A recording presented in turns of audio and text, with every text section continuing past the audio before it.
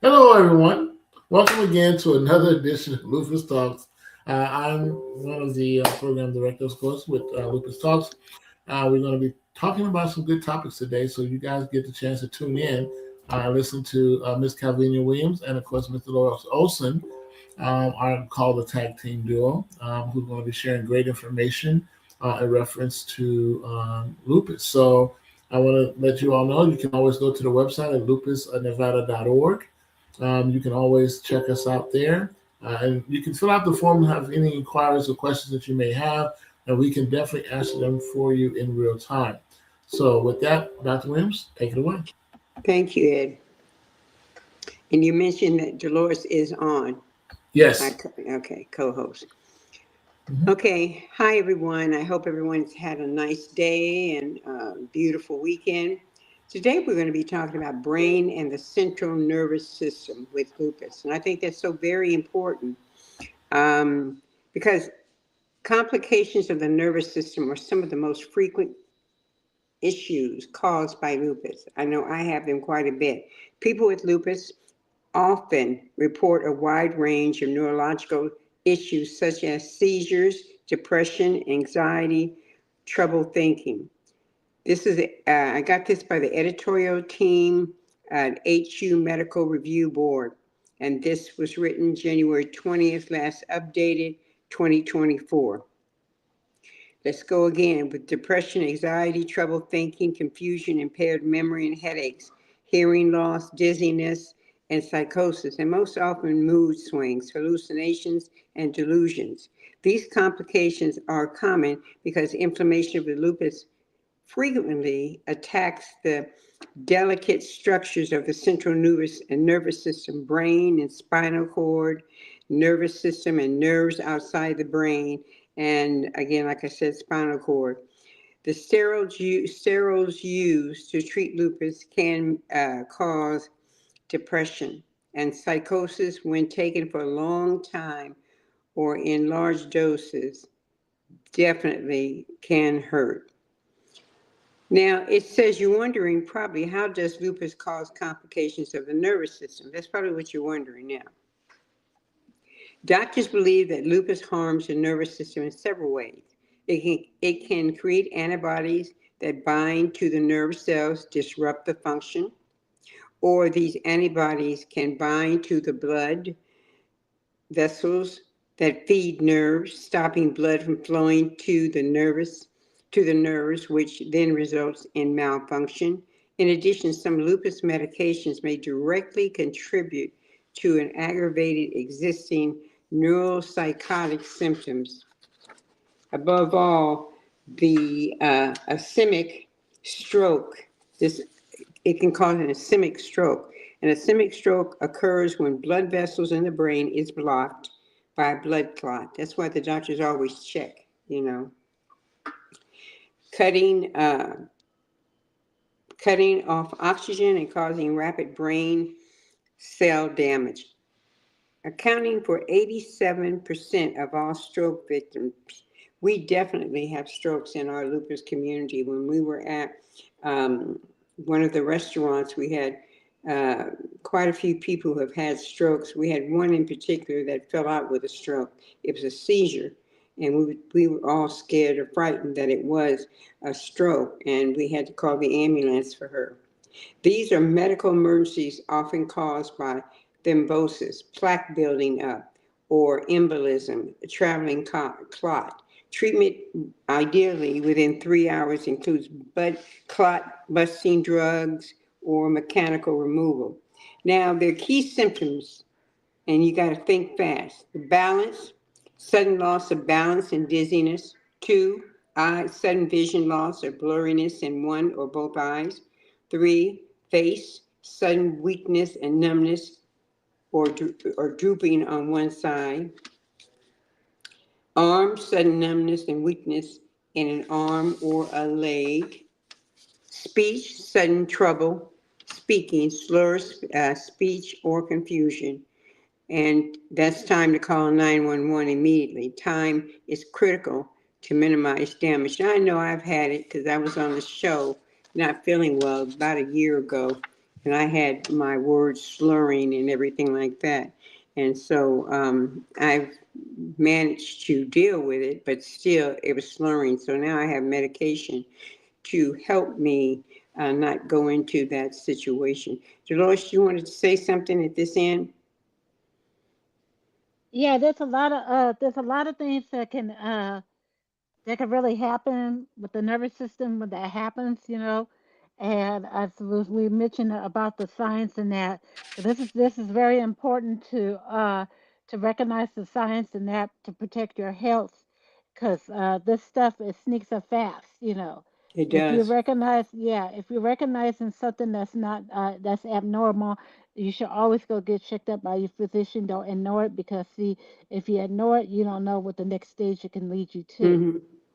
And if you're sitting in, let's say, at a game and something happens like that because of the loud noises, I want you to, who you're sitting with, the person that you came with, I want you to let them know, please call an ambulance because it's going to be hectic trying to get out of that parking lot and it's so full.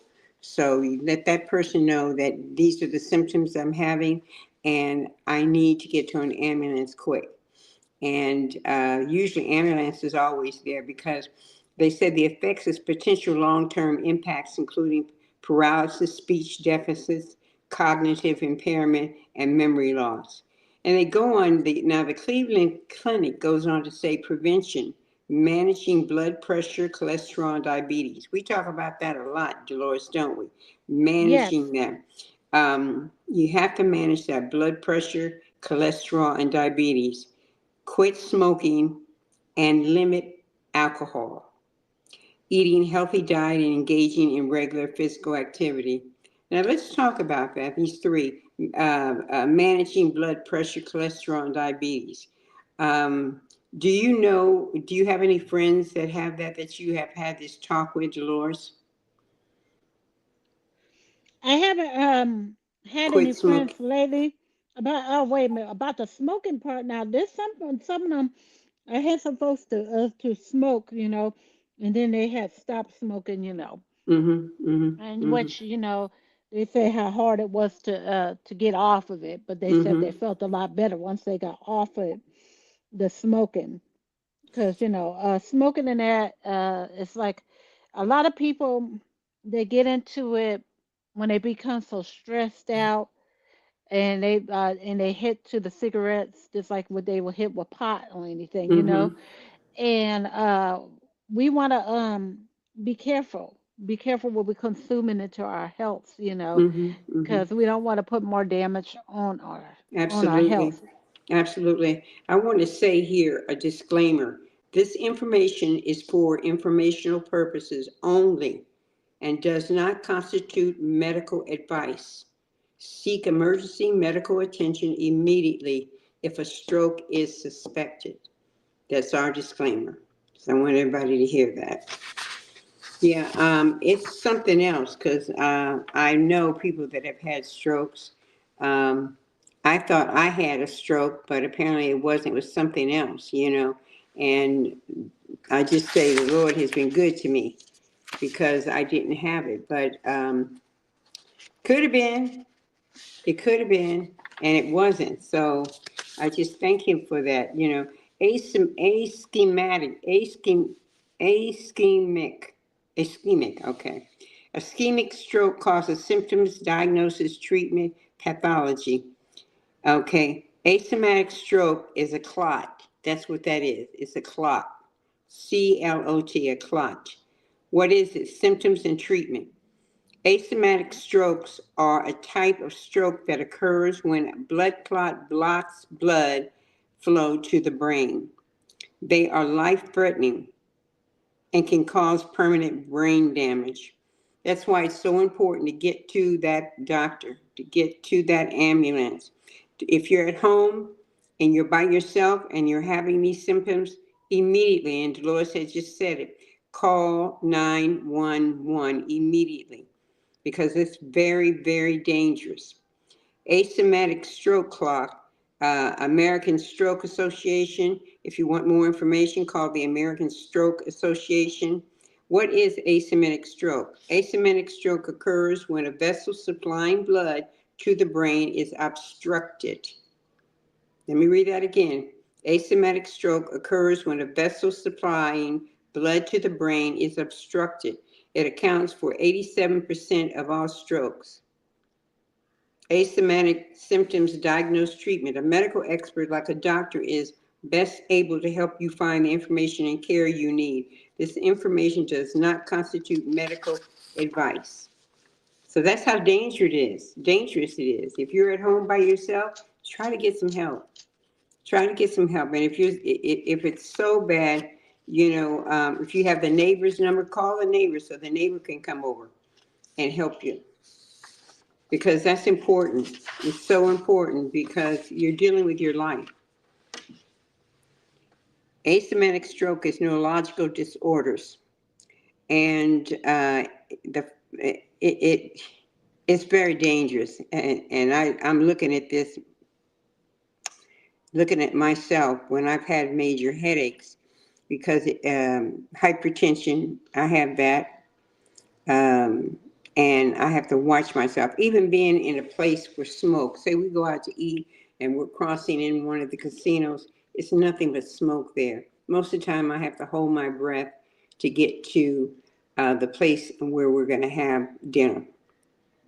So you got to be aware of asymmetric stroke, one of the most causes of disability and death. Isn't that something, Dolores? Yes, and also to the recommendation that we should always have some kind of devices around our neck so that can reach to or Mm-hmm. to those hospitals and that. So if anything happens, you can be by Mm-hmm. yourself, and Mm-hmm. all you do is just push that button. They Mm-hmm. know how to get in. They put a secret key out there Mm-hmm. on your door thing that nobody else can handle with it but them, Mm-hmm. and they can Mm-hmm. just walk in and go get you. And so that's Yeah, always good to I have that. agree. I agree, Dolores. My brother just had a pacemaker and a defibrillator, and it's made of titanium, and he has a machine next to him he sleeps by. If any heart rhythm is irregular, they will call the ambulance immediately. So that's so important. It's amazing how they're coming out with all these new gadgets that save our lives. It's so amazing. Go to our website and look at the things that I have sent Ed dealing with cancer and diabetes and all of that. Please do, because you'll learn a lot. Now, again, you have to be aware of asymmetric stroke. The stroke includes administering drugs that can break up clots. And that's what the doctor will do. Removing the clot with a stent receiver prompt treatment can increase, can be increased. Asymmetric stroke, also called embolic, or thrombotic stroke, is a type of the stroke that occurs when the blood clot blocks a blood vessel in the brain. According to Capital Region Health, the asymmetric stroke occurs when the blood vessel is blocked in the brain, and the brain does not get the amount of blood it needs to function. And they said that it's just so important that we look at this. This is new to me. So I'm just saying, Dolores, all this is very new to me. I'm just, stuck on what I'm reading. I read over it before I got on the air, but it's just things that have happened to me and I've taken for granted, that, it's nothing but a headache, or the numbness in my right hand, you know, um, that's so important. They have types of stroke, and it says, what are the different types of stroke? Strokes can be classified into two main categories. Ischemic strokes, these are strokes caused by blockage to the artery. And according to Northwestern Medicine, speech problems, you may have sudden trouble talking, slur speech, or problems understanding others. headaches. You may have a sudden severe headache. And I've had, sudden headaches. I have had problems. My voice has slurred. All that has happened. But, I came back. I think through the grace of God, I came back, and I monitored what I was eating. I had to look at my daily intake.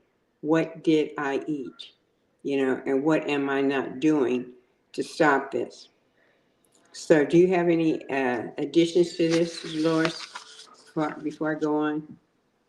Yeah, exactly. Yeah, it's very, very important that we get as much information and education that we can on any medical problems, because we can't think that we know it all, because when you think you know it all, it can put you at risk. It can. Absolutely. You have to really study study the science and everything, and I think that's a good idea that we should all do that. And it's always good to have too, is to take CPR too. It's a lifesaver for all Hmm. too, because you can help out and save a life too until they get here, the paramedics or whatever, it's so it's always good to have that education, and the more we know, the more to know science, the more we can save our lives. Absolutely. I'm looking at this other information I received. Cognitive issues, that's brain fog, 49%. Headache, 23%. Psychosis, mood swings, delusions, or hallucinations is 12%. Seizures is 11%. Now, don't quote me on all this. This is what their findings were, and I'm sure there's more. Stroke, aneurysm, uh, it's all there. It's 10%.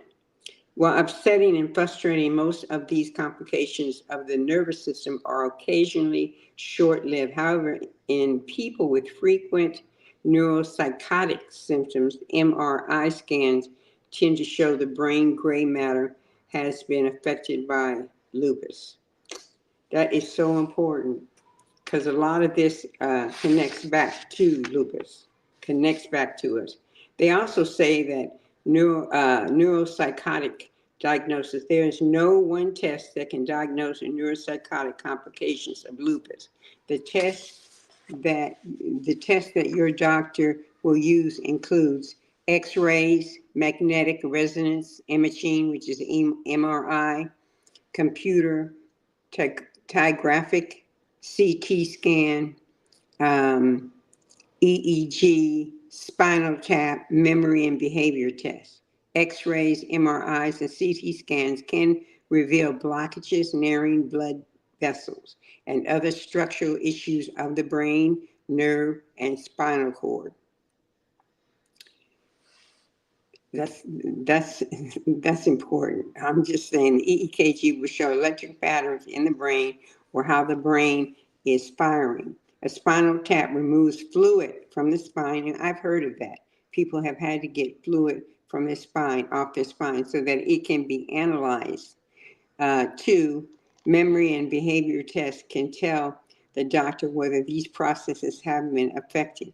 It can be difficult for your doctor to determine whether some neuropsychotic symptoms, especially depression, anxiety, are caused by structural or medical or mechanical changes in the nervous system, or whether it is caused by the stress of chronic illness, like money worries. That's why when you get in there and the person that is assisting the nurse comes in there with a piece of paper, and she's always saying, "How are you feeling today?" And she asks a list of questions. Are you this? Are you that? Are you having any money problems? Are you having any worries? Is someone bothering you? Do you stay isolated in your room? Um, those are the things that they look at, because it's like, in addition, people with lupus can have mental health issues such as bipolar disorder or schizophrenia, just like the rest of the population. So, of course, a lot of us worry.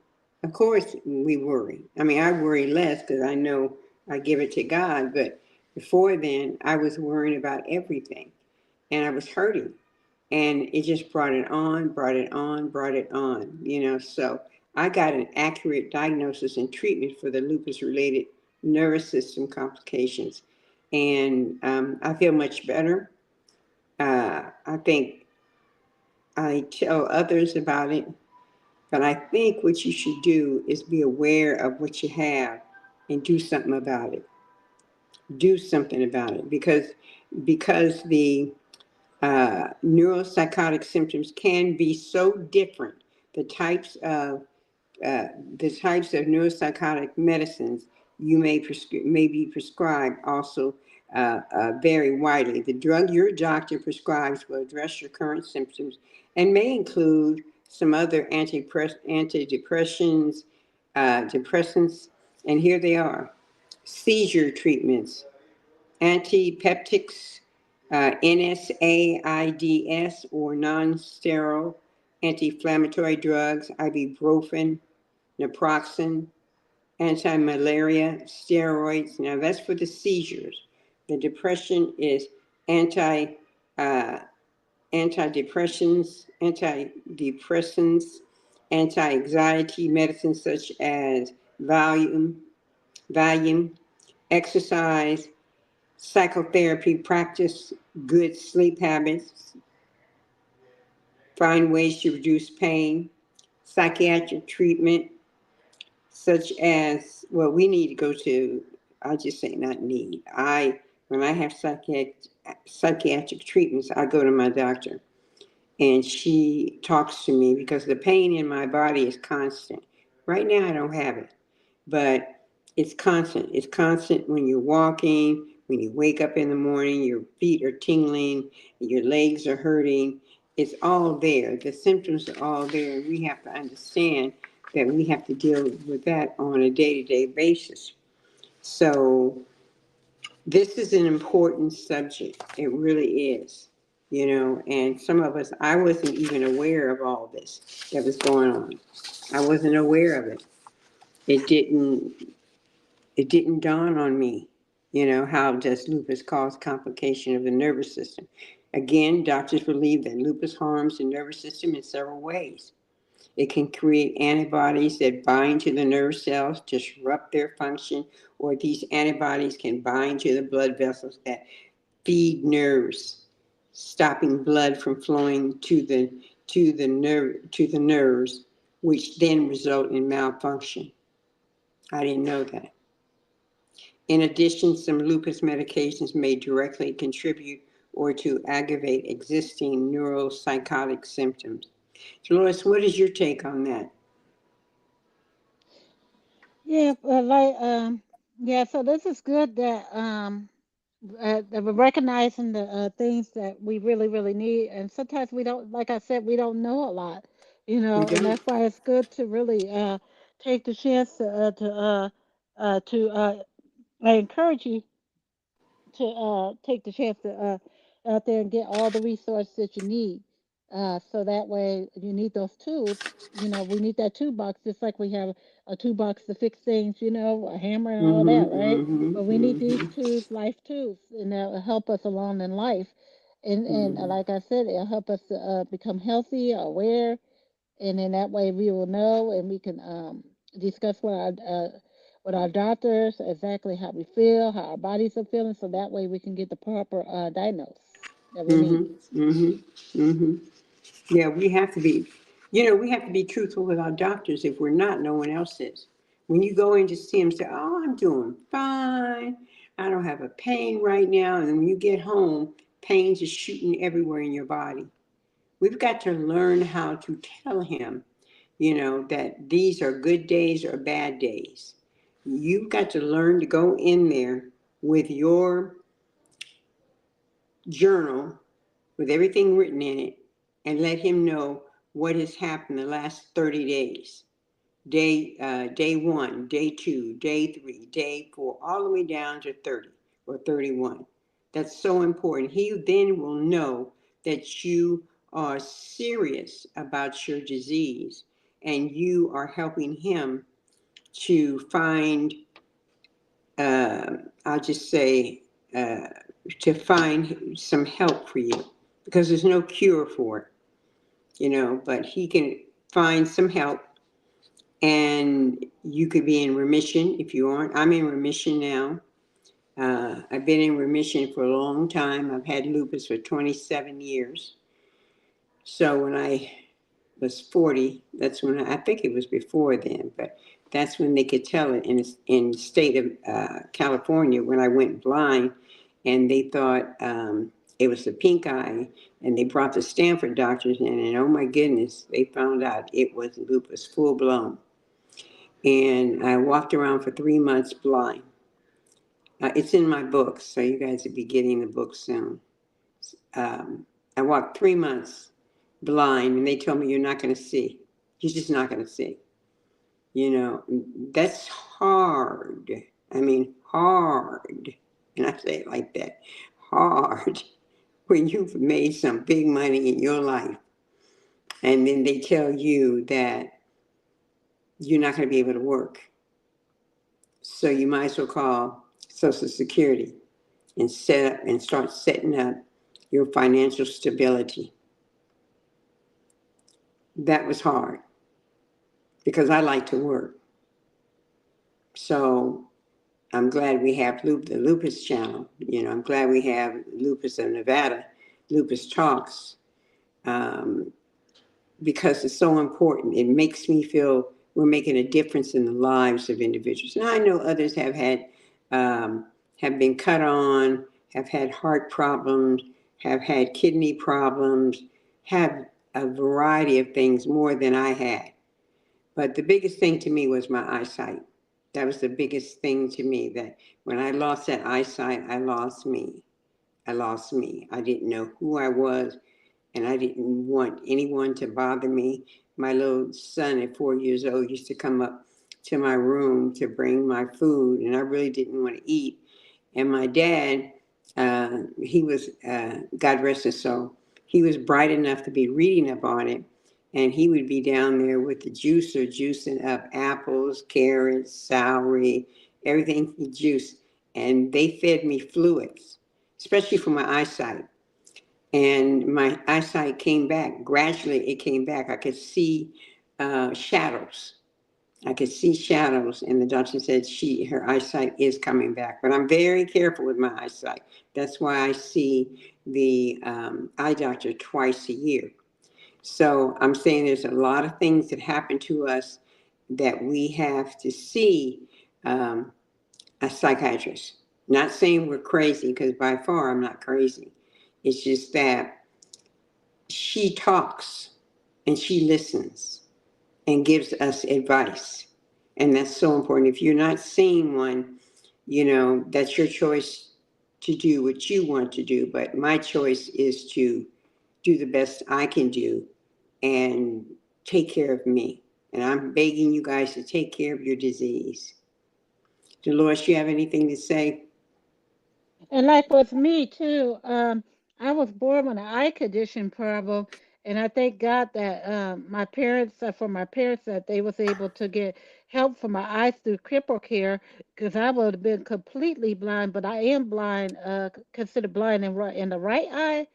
But Mm-hmm. God had made a way that I can see people's, like when I do lives and that, I can see people's icons. I know you by icon, but I can't read the writing or anything because Can everything you drive? Can you drive? it looks like Japanese writing. Are you able to drive? I haven't had the really thing to be able to drive. Mm-hmm. Mm-hmm. But all I know that sight is not good out of that right eye.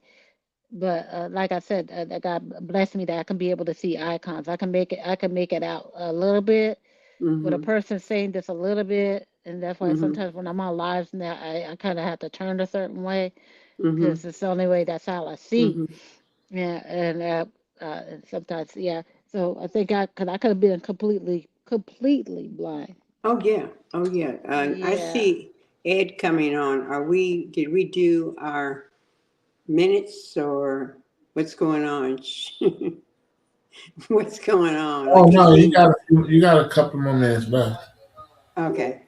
So like I said, with my life story, that's how it was. You know, that's how I came about to write that book, Loving God While Living with Lupus. Because I need to write. And we have Chris and Christina's coming back out. That's coming up soon in about 3 months. So I tell all of you, do something that you like. You know, do you. You know, don't just sit up in the bed and just dwindle away. That's not fair for you. That's not fair for the lupus. Get up and walk around and do your best that you can. Don't you agree, Dolores? Yes, yes. Enjoy your life while you're here on Earth and that things. Just realize that things happen, but that we have no control of. But we Mm-hmm. have a control of whatever we have control of is making ourselves happy. Again, Mm-hmm. that's the best thing to do.